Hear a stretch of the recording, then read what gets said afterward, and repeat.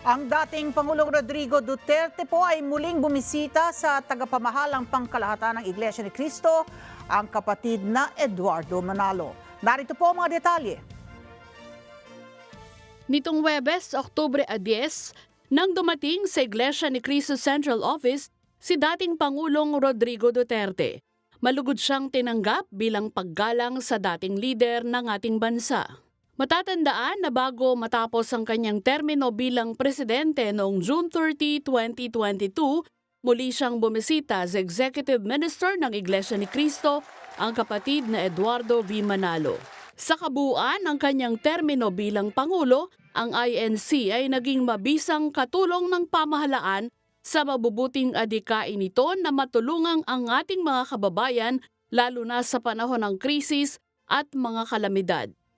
Sa kasagsagan ng pagharap ng bansa sa pandemya bunga ng COVID-19 ay lalong pinatunayan ng Iglesia ni Cristo ang pakikiisa at pagtulong sa pamahalaan.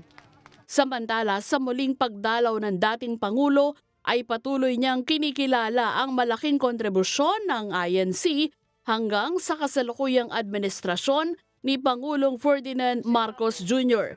Nasaksihan din ng dating Pangulo maging ang mga malalaking gawaing pansibiko ng Iglesia sa ibayong dagat, pangunahin na ang lingap sa mamamayan na nakatutulong hindi lamang sa marami nating mga kababayan na OFW, kahit pa sa mga non-Filipino ay tumutulong ang Iglesia. Nakasuporta ang INC maging sa mga proyekto ng pamahalaan sa iba't ibang panig ng mundo. Ang isa sa itinuturing na napakalaking ambag ng INC sa lipunan ay ang pagtuturo nito sa mga kaanib na maging mabuting mamamayang Filipino, maging masipag sa hanap buhay at pagiging masunurin sa batas at sa pamahalaan.